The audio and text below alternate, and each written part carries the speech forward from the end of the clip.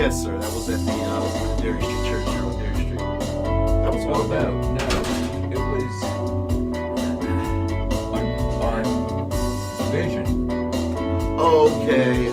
When we were across from We have heard. Woody Yeah. Curtin. Yeah. Yes, sir. Are you ready? Yeah. The Voice, 17104, Harrisburg, Pennsylvania, touching lives with the power of internet radio.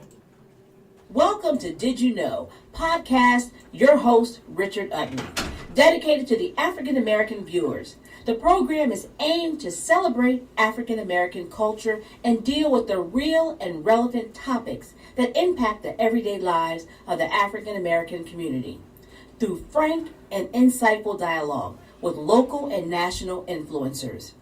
Every day, there is another horrible, discouraging news story, directly or indirectly, impacting African Americans. But we need to look at the shining stars in the galaxy of Black America. It is time to tell our story.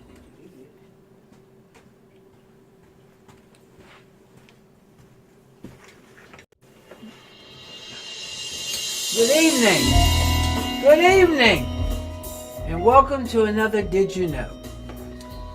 Well, I got a special guest coming on in a few minutes, but I want to address a few things. I've always told you Black history is very important.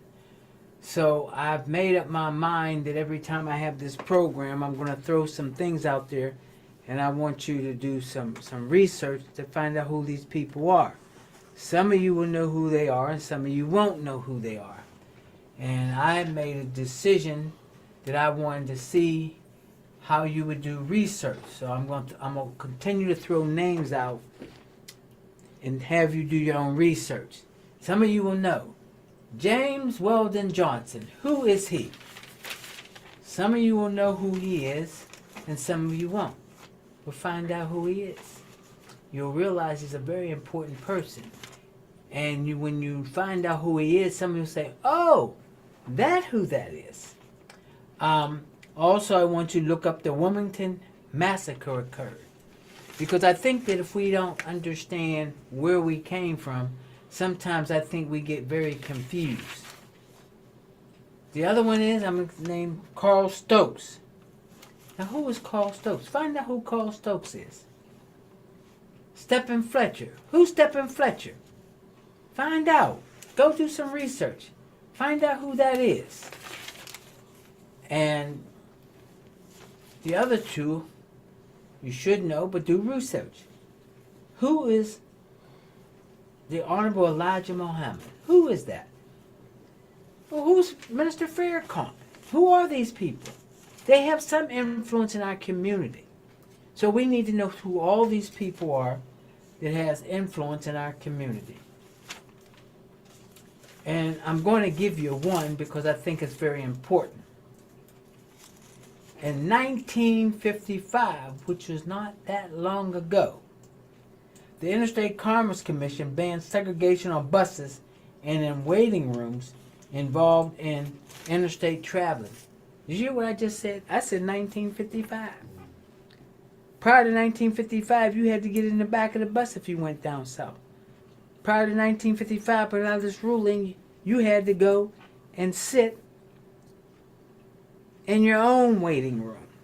And the reason I'm bringing this up because I think we're at a point in our lives now that we have to figure out where we're going and what we're going to do. I just want to put a couple of things in perspective for you and just think about it. You know, there's all this buzzing now about Joe Biden pardoned his son and Donald Trump had pardoned some people before. And so, let me be clear. Black America has always known that the justice system has not been fair. We've always known that. So, we're not surprised that now the system can be manipulated. We're not surprised by it. So when people come up to me and ask me, I just look at them. What do you want me to say? What do you want me to tell you? But I'm going to put it in perspective for you. 1 out of every 8 black people in Florida. Listen to me now. When President Donald Trump is registered to vote, that's where he's registered at. But you know there's a lot of disfranchised due to the felony convictions. Trump, who was convicted of 34 felony charges, is not. Florida law allows those convicted of felons to vote only after their full sentence have been served, including probation and parole, and all fines, fees, and costs have been paid. I just want you to think about it. I'm not trying to get you to form an opinion. I just want you to think about how the judicial system looks to black America. Also, felony dissent is really a part about Jim Crow. I just wanted to bring that up to you.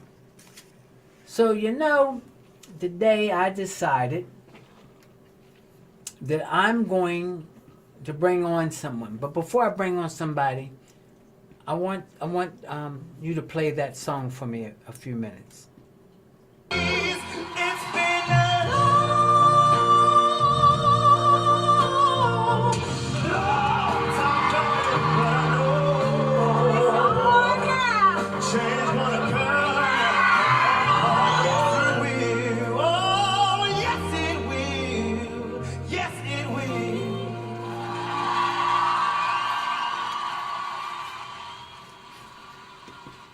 Thank you.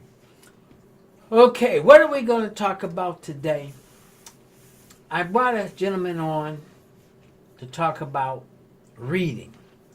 Reading is fundamental. The whole point is that I think it's very important that we have to start to develop and learn our history.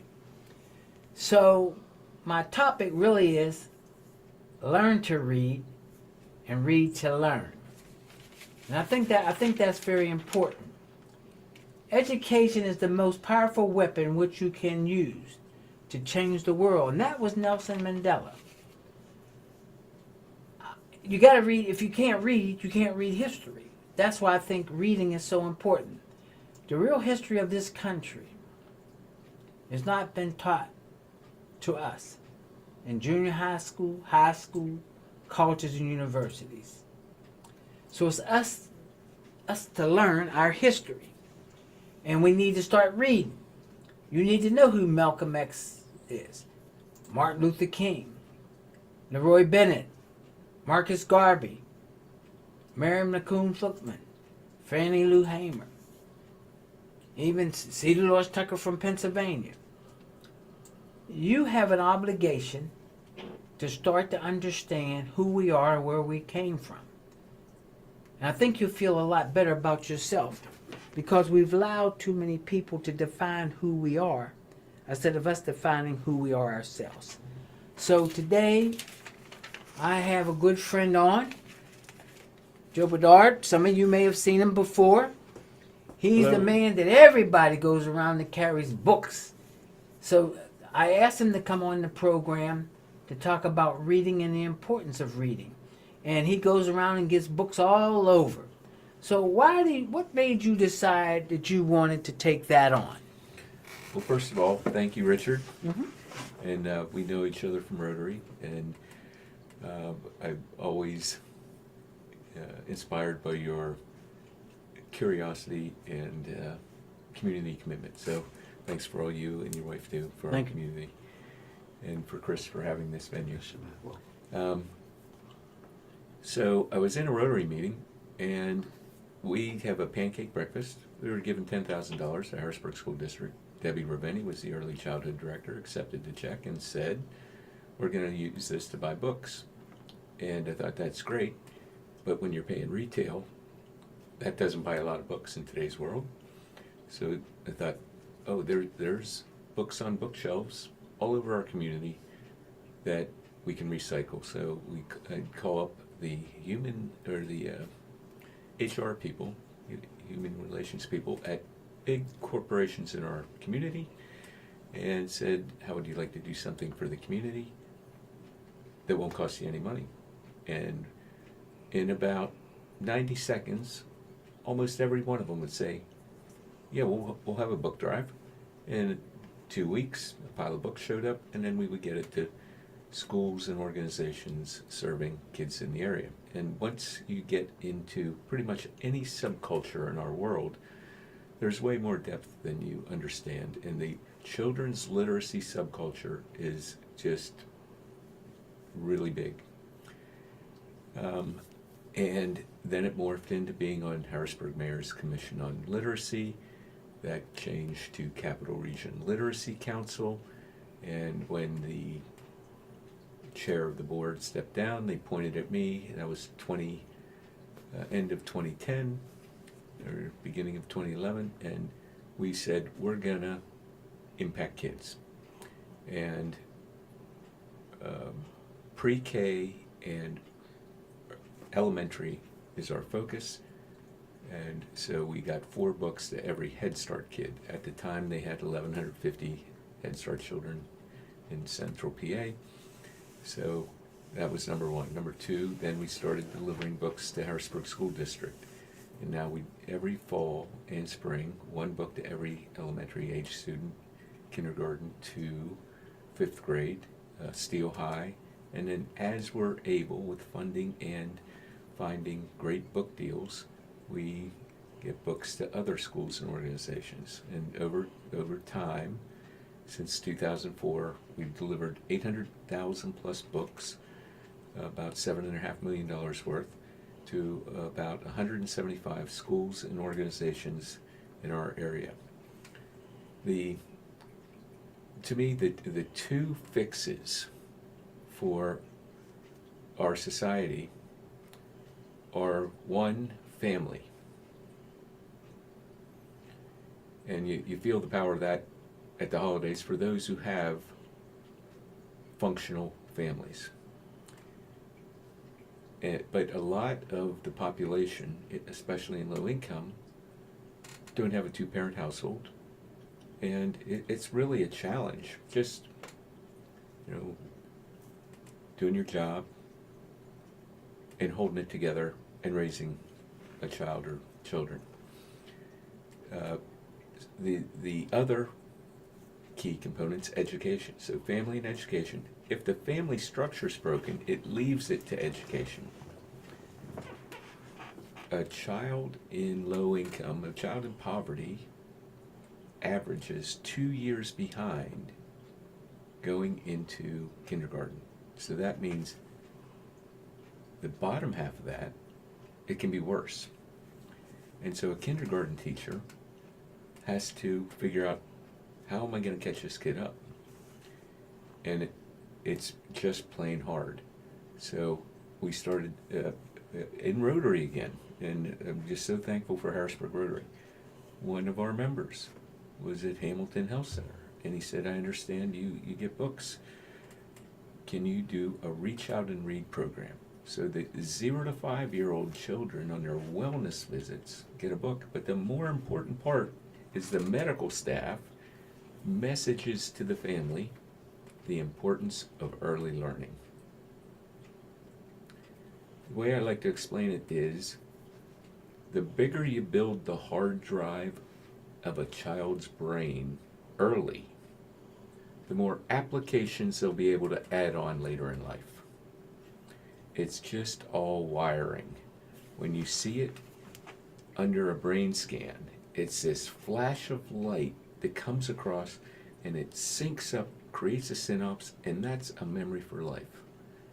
And the bigger you build it, the more capacity it has. But the real underlying part of it is when you value engineer anything down to a word, and the word for me is curiosity. We all have the pilot light of curiosity within us. But if you can get that flame just running on high for a child, then they're gonna be a learner for life. And they can go to kindergarten ready. So I'm sorry for the long answer. No, that's fine, because I think that's important. Because reading is very important. And if you start from the very beginning, it becomes very easy. because a lot of times what happens is, like you said, if you can't read, then they get frustrated. And if they get frustrated, then education becomes a hurdle. And that's why I wanted you on, so that there's no reason that we can help people. And I can tell you a lot of organizations across this state, not just Harrisburg, listens to my program. There's programs all out here to help those young people learn how to read. Now, when I was growing up, I do understand our households or the barbershop, we all had the Jet and the Ebony. Or you had something, or those people read the Bible, or people went to Sunday school and read a verse. So there was exposure to reading. And most back then, they may have a Sunday paper or a paper, and now there's no papers and things of that. But we have an obligation, do you think, that we have an obligation to prepare our young people to take the next step? Society is challenged with exactly that. If a child's walking into kindergarten not ready, how do we assist those moms mostly in having them understand my kid's going to become a reader? So there's a program, the Reach Out and Read program. The messaging to the families is more important than the book, of the importance of early learning. And once the mother or child or the caregiver has the aha moment of, oh, well, my kid's going to succeed, and to thrive in life, to be able to have a sustaining existence and be a contributor to society, you got to be able to read. And today, it's beyond that. You need to be reading literate, and you'll need to be technologically literate. If you aren't reading literate, you aren't going to be technologically literate. So working with families, and Harrisburg has recognized the problem. The United Way did a study. One of the top 4 needs of our area is kindergarten readiness, and the infrastructure that was already there has been expanded with new initiatives. And I can go down the list. Catherine Hershey with a new pre-K program, 150 children. It'll be 6 schools built, 2 are open. UPMC, Nurse Family Partnership, visits first-time mothers till the child is 2. United Way is a program through Hamilton Health, early Head Start kind of program for the new moms. If a mother wasn't read to when she was growing up, she doesn't know that's what you do. And so at Hamilton Health, we give 2 books on every wellness visit. And I think the first year of a child's life, there can be 4 visits, and then 2 the second year, and then 1 3 through 5 is, I think, how it goes. So a small library can happen, but the creating reading at home where the family's involved, and then the mother gets it and the kid gets curious, and you're off to the races. So therefore, as you said earlier, we have to start to prepare these young people before they even get to school, because a lot of times they get frustrated. So we should be encouraging reading. That's the real point of this conversation, that we need to encourage reading, because once you learn how to read, then you learn how to write. Reading allows you, it helps you. I mean, you saying reading allows you to understand what is written.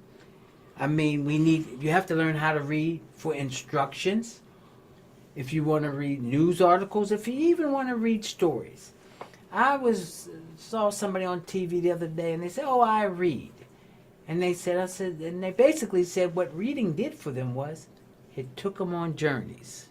It took them to places they may never end up going, but reading that book took them there.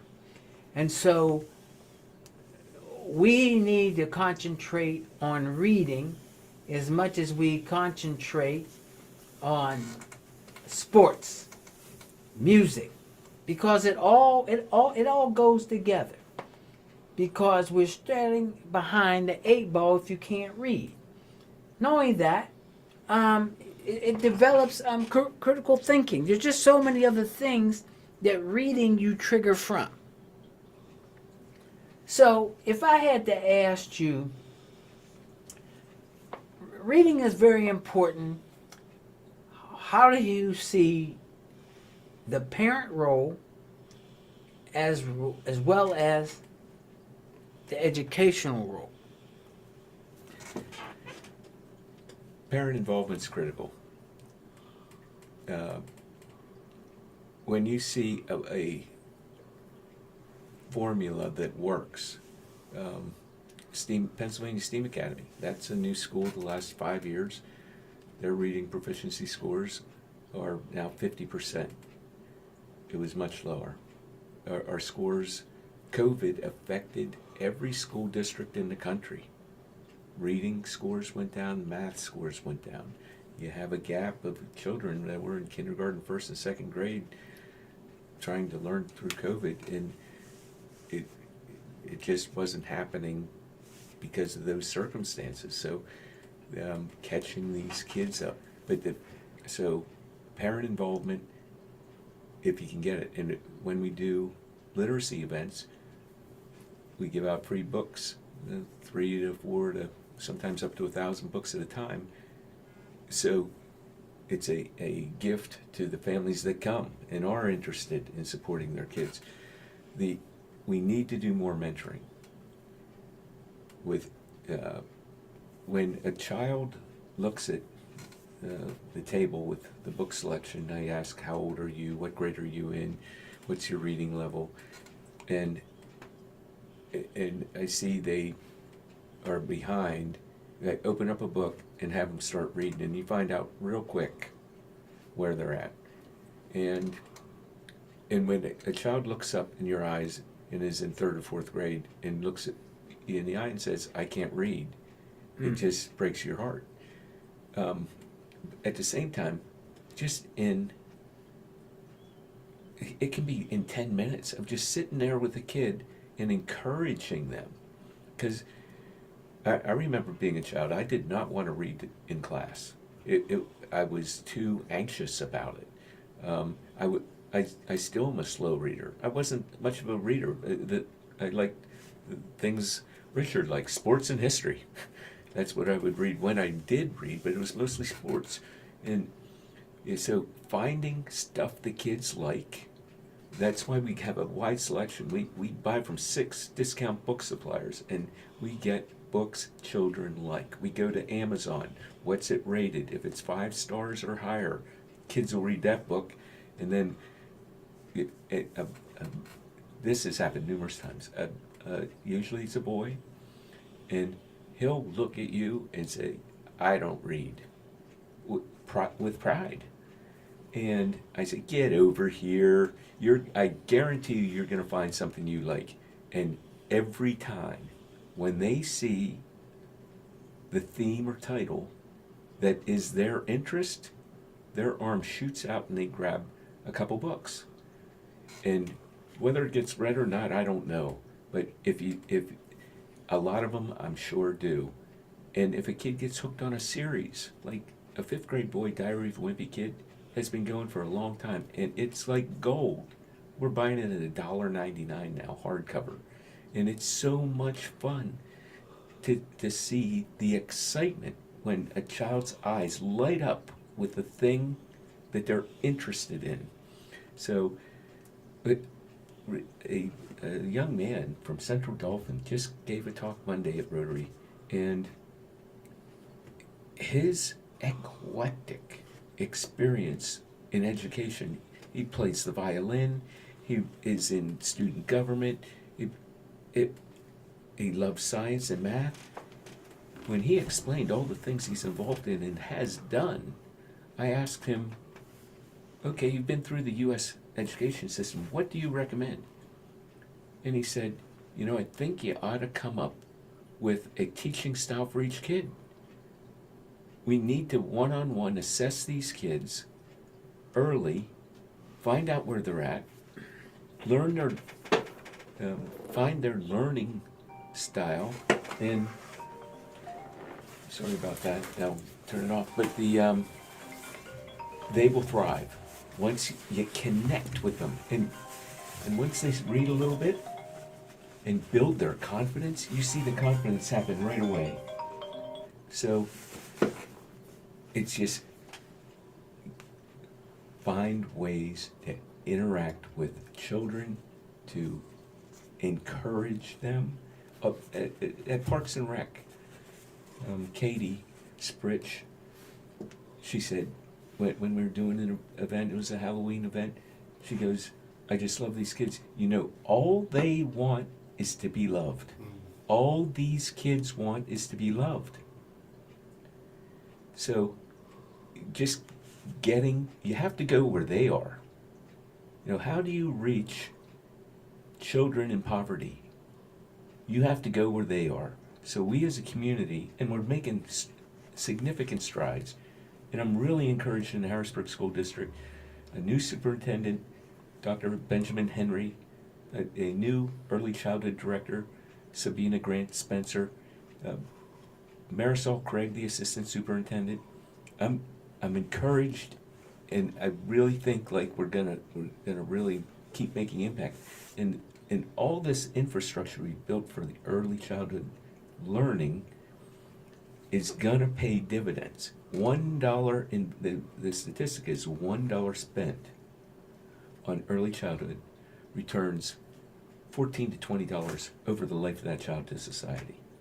The return is just enormous. The thing we need in Pennsylvania is mandatory pre-K, period. We have to do it. Some other states like Florida do it. If we do just that, oh my goodness, how much better off we'll be. Because I agree with you, but you're saying that we need to do a better job in preparing our kids. Now, you talked about the pre-K.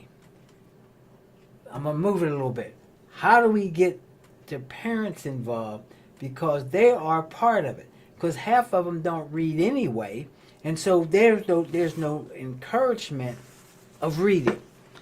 So what do you think that some of the things that maybe in the community or community organizations or like that should do? Because I believe it's our responsibility to step forward to make sure that we do what we're supposed to do. It's so easy to see the problems, and if it was easy, we'd already be doing it. Solutions, but there are people in our community, Floyd Stokes with American Literacy Corp, Joe Robinson, Richard Utley. There's just person after person that individually is doing their lane. Here's what I'm good at. Here's how I'm going to help our community. And so some of the things we do is we built libraries at Hispanic, Latino, American Community Center, St. Francis on the Hill. We interact with Love the Hill. We're doing an event there this Saturday. We'll give out 400 books to the kids coming to that event, the Christmas event. Estados Unidos at John Harris will give out 500 some books the next weekend. If we have, this is really a gold mine of possibility in our country.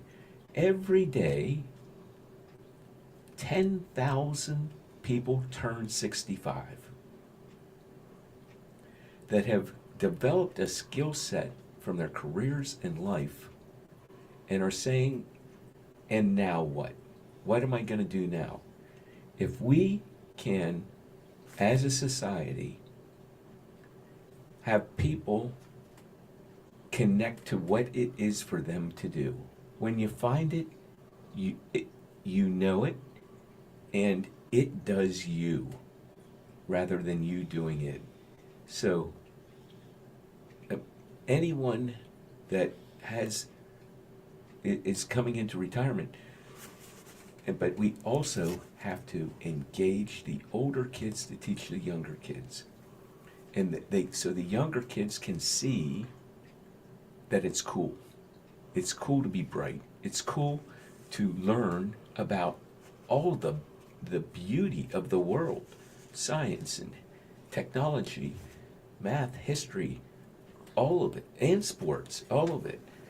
So, in extracurricular, but when that enthusiasm, to be enthused with that energy, is just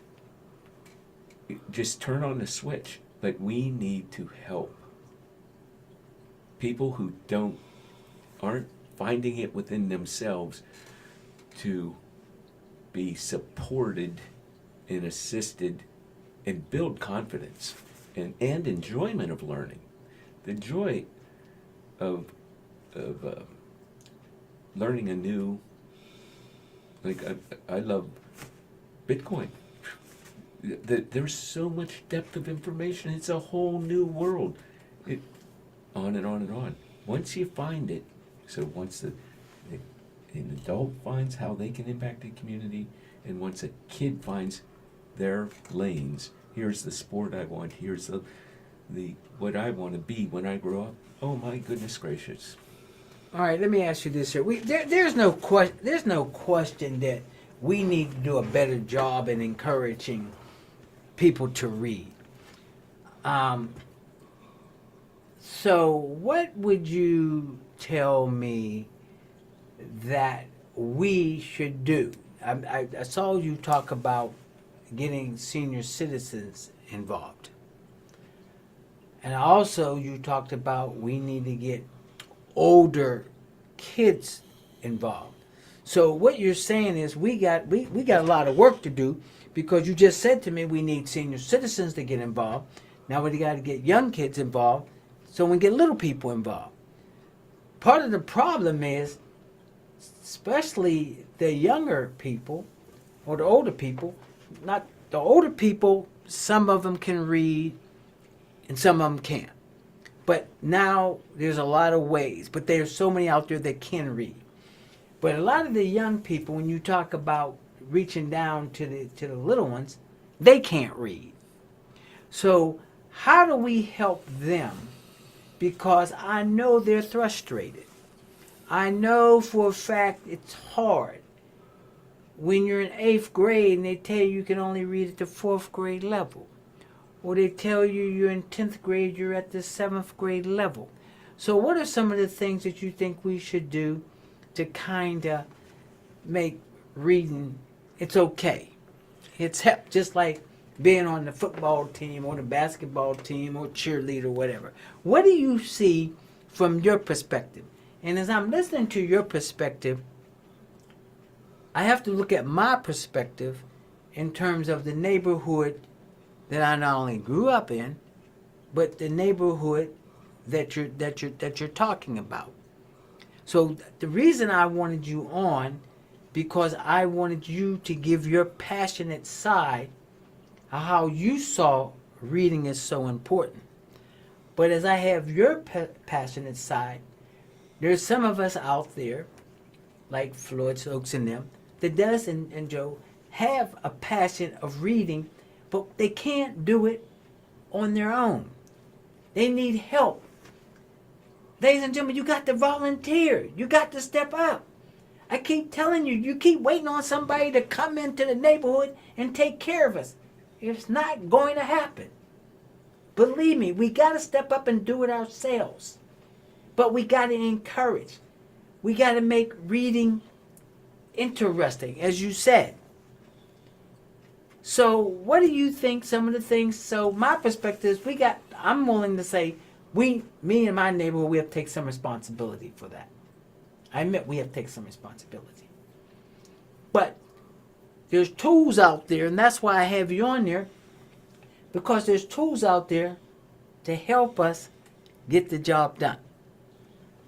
Now, in schools, reading is fundamental. So you have to encourage reading. But like you said, I'm in 3rd grade and I can't read. It's kind of hard now. But at the same time, we don't flip the script to explain to the kids. Guess what? If you can't read, it's going to catch up with you later on in life because you won't know how to fill out a job application. You won't know how to do pretty well many things in life if you can't read. And I can tell you, there are those people out there, they wanted to read or they couldn't read for whatever reason. I don't know why. They may have had a bad experience, or they were humiliated in school, so they don't want nobody to know they can't read. So what do you think we should do to encourage them? It's not too late. The strides that can happen fast are remarkable. Humans are so resilient.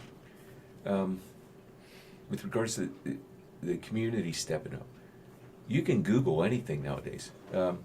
Opportunities to serve my community, and you'll get 10 answers showing up on your screen in 3 seconds. There's organizations that help guide people to using their skill set to fill a gap. The food banks need people. We create libraries at food banks because then that's the families. You can't go door to door, so go where the families that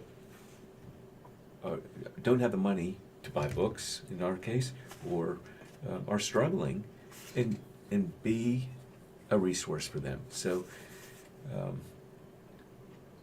but you're right, Richard.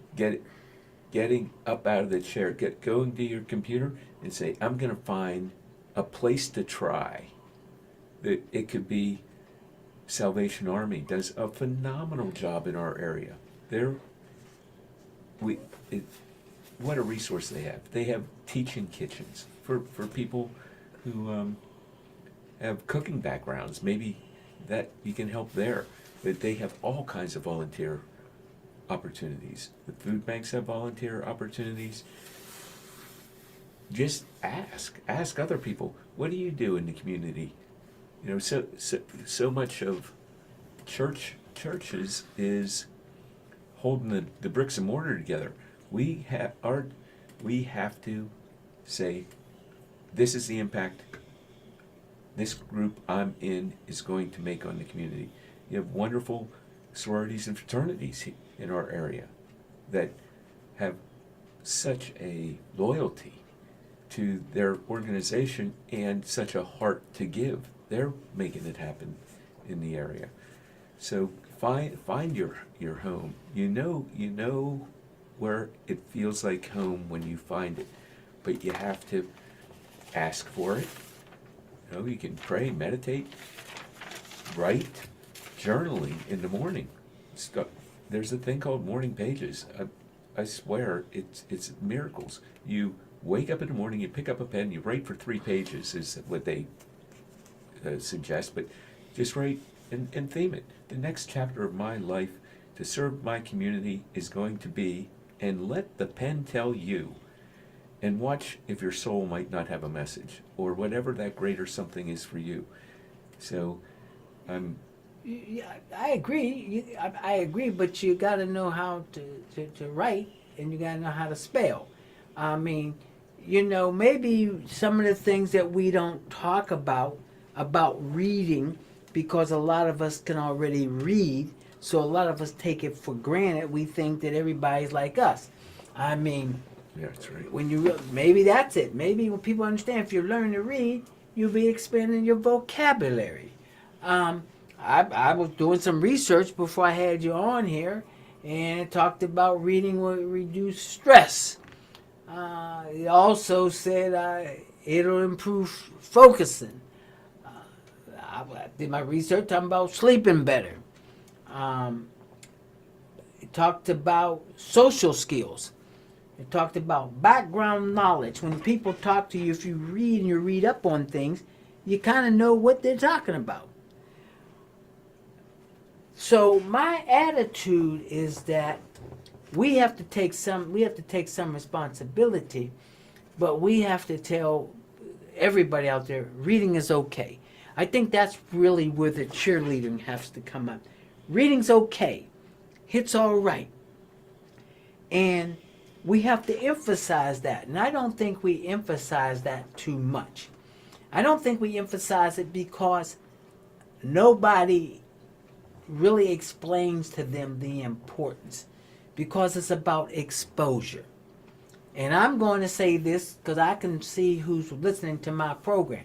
Some of you coaches out there, and I had a coach on the last program. You gotta do your job. You gotta not only teach them this, but you gotta teach them how to read. And when I say read, they gotta know. If you give them a printout to tell them where the play is, they need to know how to do the play, or whatever it is. Because I see so many people, they're in the store, they're frustrated. You know, we talk about health. Well, health is very important, but if you can't read, you don't know what you're putting in your body. So I think we have to spin it in terms of reading's good for everything. But exposure is a part of it. Because as you know, yesterday, because I'm a Rotarian, as you are, and I also sit on the Hamilton Health Board as well. But here's my point. The point that I thought that was very interesting, we had someone that talked about libraries. And the person said, oh, those of you who remember libraries are not what they used to be. Yes, we used to all walk in there and, you know, you go and look in the card catalog and you just see these monolithic books and you would find whatever, or they had a kiddie section. But libraries got so much more. I was shocked. You don't have to just go in there to read. They have music lessons in there now. They have all kinds of other things. See, because remember, we don't take our kids to the libraries. And I'm not even going to get on some of the school districts that don't take kids to the library. When I went to school, you had to go to the library. And whatever you did in the library, that's a whole other story. But you were exposed to it. We got to expose our kids. So if we don't have libraries, take them to the library. Expose them. And those of you who can't do that, find somewhere that you can get a book or a comic book. Something that will intrigue them, to get them to be adventurous. Because your mind's a terrible thing to waste. But you can be adventurous. You can travel if you read. You can understand what other people are doing. Instead of always thinking that the boo tube is going to tell you everything. And a lot of kids don't read because they can watch it on TV. Yeah, the screen mentality. You get dopamine from watching that screen. We're a manipulated society by screens. Turn off the screen. There's no pop-up ad with a book. Be a family member or of a example by reading yourself where kids see you reading. Have reading time. Some of the most valuable time is reading with a child. And you do a thing that's called conversational reading. It's not reading the page, flipping the page, and getting through the book. It's asking questions. It's repeating back what the child says. The word converse means to change together. And you will watch that child grow. when you do conversational reading and go the back and forth while you're reading, it puts early learning on steroids. And it helps stimulate their curiosity. You get to watch their brain working. They get to watch their brain working, like Richard said, cognitive abilities. Have older kids read to younger kids, and then you have the younger kids read to the older kids. And they see two things. One, they see the older kid that it's cool to read, and two, they build their confidence. They have an audience. They have an encourager. And that when you get confidence and encouraged and you find the things you're interested in, son of a gun, you now have a reader. The old saying was, up till third grade, you're learning to read. After that, you're reading to learn. So, Would you repeat that again? the old saying was, up until third grade, you're learning to read. After third grade, you're reading to learn. Time is flying, so I'm going to ask you to tell my audience what you feel that they need to know in the next couple minutes about reading. Reading's fundamental. When you go look at your life, or you see someone who's really engaged in life, I'd love to ask the question, was there a moment that you knew you were going to become a doctor, a carpenter, whatever? When you have those interactions, or you're on a lifelong journey of learning, you get to have aha moments all the time. You can have a life of daily aha moments where you go, wow, that person I met, and you don't have to leave your house.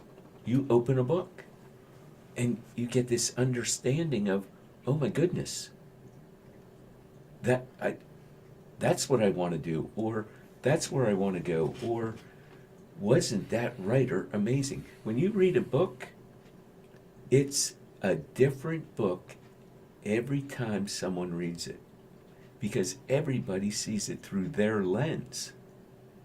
So a book that's been read 1,000,000 times is 1,000,000 different books in that moment. And when you reread, I love the saying, there was a guy in our area, Charlie Tremendous Jones, and he was a motivator, positive thinker, a writer.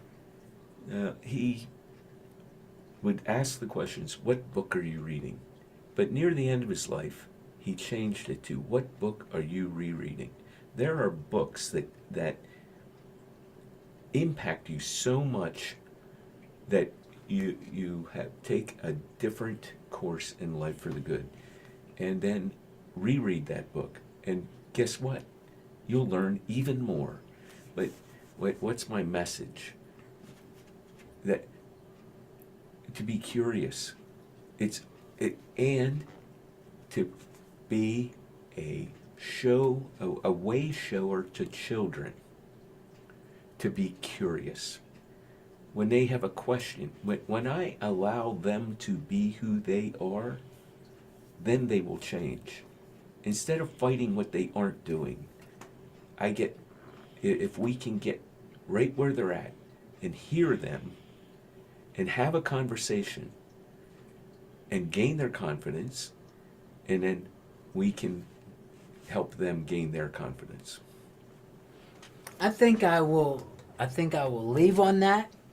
My closing remark is, we have a responsibility to help each other. We need to reach down and pull those up. And some of those who are up we need to reach up to them sometimes as well. So, ladies and gentlemen, we got a lot of work to do. I don't think you got no choice, but we got a lot of work to do. And we don't need to make a whole lot of excuses. Many of us have grown up in the urban area. many of us know what it's like. So I think we have an obligation to encourage our community, support our community, and do what we need to do so that they can have a better life. Because that's what's important. I'm going to leave you with this, ladies and gentlemen. Just think about it. A kid in the 8th grade being told he can only read to the 2nd grade, where the kid that goes to kindergarten is already 2 years behind. When is he going to succeed? Somebody told me this story, and I don't know if it's true or not, but this is what he told me. He said, you know, they do research to see where kids are going to be when they graduate, if they're going to graduate. And a lot of times they determine how many more prisons they're going to build. By 3rd grade reading scores. Did you hear that, ladies and gentlemen? Would you repeat that to my audience? Indiana and other parts of the country, they predict the number of prison cells that are needed by 3rd grade reading proficiency scores. Well, guess what? We need to do our job. We need more readers and more doers out there and more educational institutions and less prisons. Thank you and good night to you, but it's on us now. Have a good And evening. we're happy to get you books. Talk to Thank you Richard. for joining the Richard Utley Show on The Voice 17104. We will be here on The Voice 17104 every first and third Tuesday from 6:30 p.m. to 7:30 p.m. Once again, thanks for viewing. Remember to visit us on Facebook at Richard Utley, and we